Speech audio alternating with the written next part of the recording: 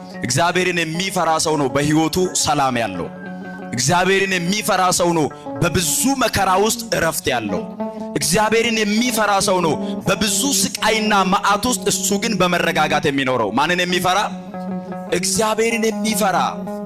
እኛ እግዚአብሔርን እንፈራለን እንላለን ባንደበታችን፣ ግን ወንድሞቻችንን እንጠላለን። በዘር በጥላቻ እንለያያለን። በቂም በበቀል እንለያያለን።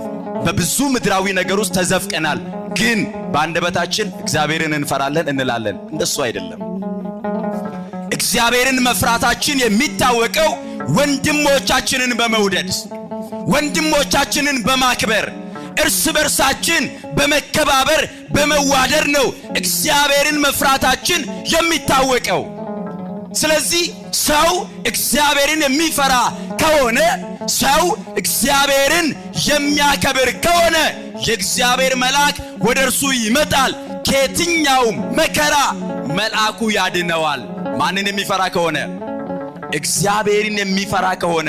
ታስታውሳላችሁ፣ ዳንኤል በአንበሳ ጉድጓድ ተጥሎ ሳለ ከአንበሶች ጋር ነው እየተጫወተ የነበረው።